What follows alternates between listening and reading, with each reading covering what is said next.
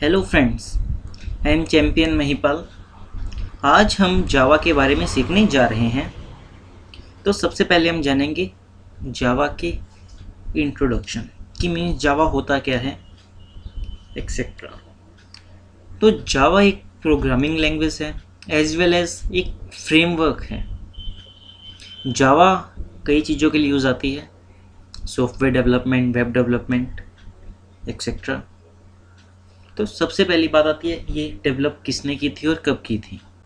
तो जो जावा थी वो डेवलप की थी सन माइक्रोसॉफ्ट ने इन 1991, लेकिन 2010 के अंदर जावा को ओरेकल ने परचेज कर लिया। तो अब प्रेजेंटली जो जावा है वो ओरेकल के पास है। अब जावा के अंदर 3 अलग अलग एडिशंस हैं जो अलग अलग जावा के काम को बताती हैं। तो सबसे पहला एडिशन है J2SC, जावा सेकंड स्टैंडर्ड एडिशन, जिसे हम कोर जावा भी कहते हैं। ये यूज़ आता है सॉफ्टवेयर डेवलपमेंट में।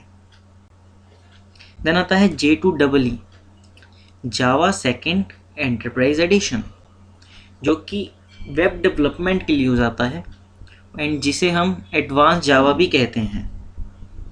ओके, देन नेक्स्ट जो वर्जन है वो है J2ME। J2ME मीन्स जावा सेकंड माइक्रो एडिशन।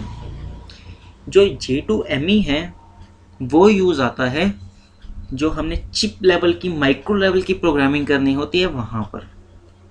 तो जावा हमें 3 अलग अलग एडिशन देता है, J2SC, J2EE, J2ME, जिससे कि हम डिफरेंट पर्पजेज जो हमारे हैं एक प्रोग्रामिंग लैंग्वेज को यूज़ करने के लिए उससे उनको फुलफिल कर सकें। J2SC हम सॉफ्टवेयर के लिए, J2EE वेब डेवलपमेंट के लिए, J2ME और माइक्रो प्रोग्रामिंग के लिए। तो ये है जावा की इंट्रोडक्शन। तो आगे हम लेक्चर्स में जावा के बारे में अच्छे से सीखेंगे। तो thank you very much. Hello friends, I am champion Mahipal. तो आज हम जावा के फीचर्स के बारे में सीखने जा रहे हैं। ये वो फीचर्स हैं जो कि जावा को बहुत ही खास और पॉपुलर प्रोग्रामिंग लैंग्वेज बनाते हैं। तो सबसे पहली बात आती है ऑब्जेक्ट ओरिएंटेड। जावा एक ऑब्जेक्ट ओरिएंटेड लैंग्वेज है और ये सभी ऑब्जेक्ट ओरिएंटेड लैंग्वेज के जो फीचर्स होते हैं जैसे पॉलीमॉर्फिज्म, इनहेरिटेंस, सभी को सपोर्ट करते हैं। देन सबसे खास और सबसे इम्पोर्टेंट फीचर जो कि जावा को बाकी सभी लैंग्वेजेस से डिफरेंट और ख़ास बनाता है वो है प्लेटफॉर्म इंडिपेंडेंट। जावा एक प्लेटफॉर्म इंडिपेंडेंट लैंग्वेज है जो कि इसे खास बनाता है। प्लेटफॉर्म इंडिपेंडेंट का मतलब क्या होता है, अगर हम एक प्रोग्राम किसी एक ऑपरेटिंग सिस्टम पे बनाते हैं, देन हम ट्राई करते हैं कि वो दूसरे ऑपरेटिंग सिस्टम पे भी हम सेम जो हमारा प्रोग्राम उसे रन कर सके, तो वो हम रन नहीं कर पाते। लेकिन जब अगर हम किसी जावा का प्रोग्राम एक ओएस पे बनाते हैं और वो दूसरे ऑपरेटिंग सिस्टम पे रन करते हैं तो वो पॉसिबल है। हम सीखेंगे भी किस तरह से ये चीज़ पॉसिबल होती है। नेक्स्ट आती है एक्सटेंडेबिलिटी। ये एक्सटेंडेबल है, इसके अंदर बहुत सी लाइब्रेरीज हैं, हम उनको यूज़ कर सकते हैं और हमने जो पहले चीज़ बनाई है उसे एक्सटेंड कर सकते हैं with the help of the inheritance. Next आती है रोबस्ट। ये बहुत ही स्ट्रॉन्ग लैंग्वेज है, इसके अंदर गार्बेज कलेक्शन ऑटोमेटिक होती है, पॉइंटर्स भी नहीं हैं। तो ये कुछ चीज़ें हैं जो कि इसको एक रोबस्ट लैंग्वेज बनाती हैं। नेक्स्ट है ओपन सोर्स। ये ओपन सोर्स लैंग्वेज है। Then freeware, it is freely available, इसके कोई भी चार्जेस नहीं है, आप फ्री के अंदर जावा को डाउनलोड कर सकते हैं। एंड नेक्स्ट है सिक्योर्ड। ये काफ़ी सिक्योर्ड लैंग्वेज है। हम ये सीखेंगे सिक्योर्ड क्यों है, क्योंकि जो जावा का प्रोग्राम होता है वो JVM के अंदर रन होता है, तो उससे क्या होता है कि इसकी सिक्योरिटी बाकी चीज़ों से इंक्रीज हो जाती है। एंड सबसे लास्ट थिंग आती है ईजी टू लर्न। ये ईजी टू लर्न है। ईजी टू लर्न हम कह सकते हैं कि इसका सिंटेक्स सिंपल है, जो फंक्शंस के नेम है वो भी बहुत सिंपल हैं, एंड सबसे बड़ी बात पॉइंटर्स नहीं है, तो हमें वैसे भी ईजी लगेगा। तो ये कुछ फीचर्स हैं जो कि जावा को खास बनाते हैं। Thank you very much.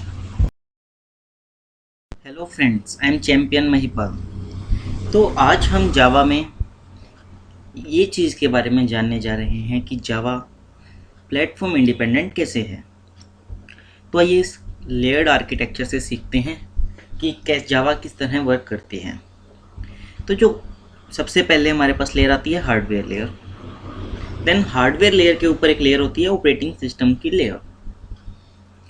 Then जो सिंपल कंप्यूटर्स होते हैं जिनमें जावा इंस्टॉल नहीं होती, उनके अंदर होती है एप्लीकेशन लेयर, जो भी आप सिंपली एप्लीकेशन वर्क करते हैं।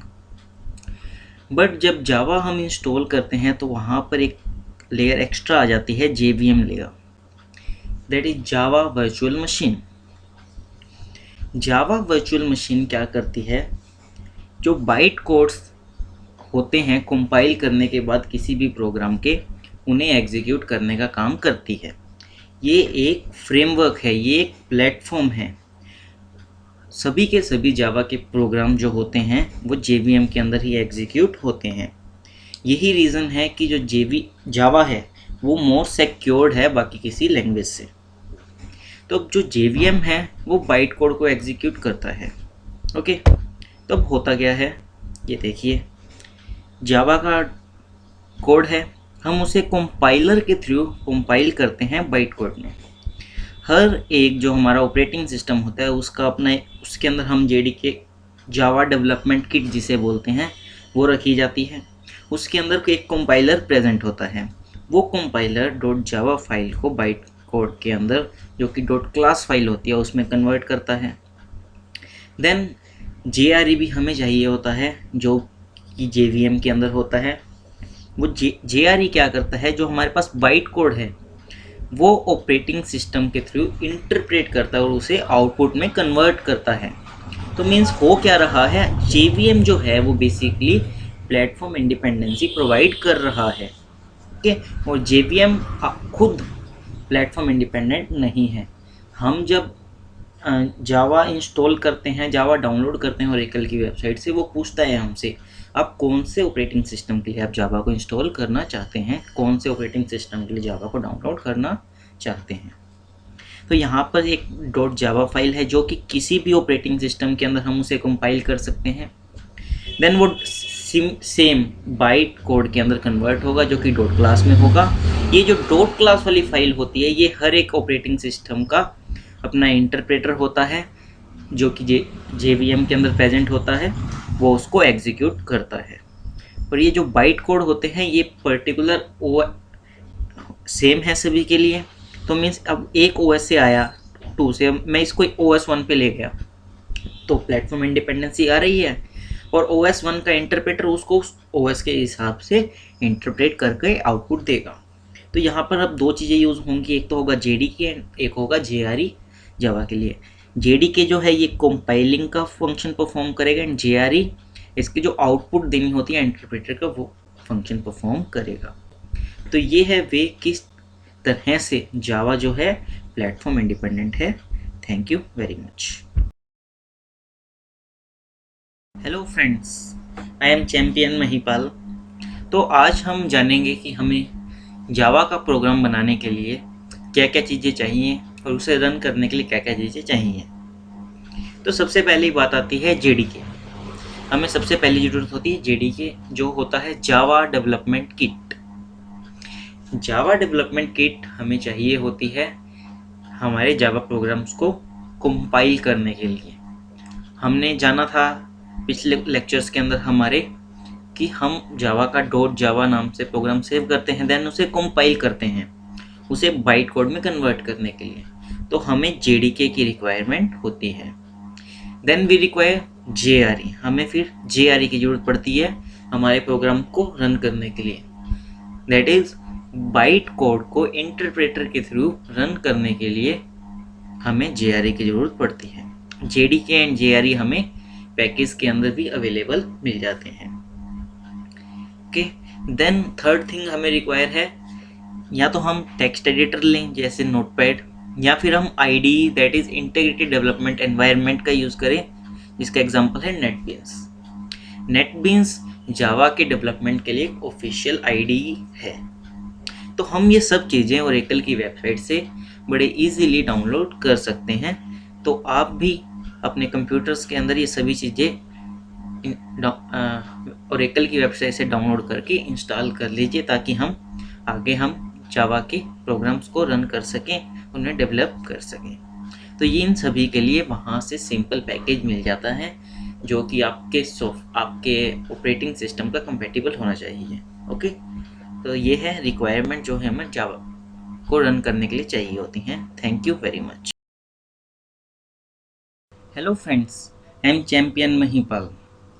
तो आज हम सिस्टम वेरिएबल के अंदर पाथ सेट करना सीखने जा रहे हैं। तो जब हम जावा इंस्टॉल करते हैं और जावा को प्रोग्राम को कंपाइल या रन करना चाहते हैं बिन फोल्डर के बाहर से या कहीं और से, तो हमें क्या करना पड़ता है, पाथ सेट करना पड़ता है, ताकि हमें फाइल का कंप्लीट पाथ ना देना पड़े।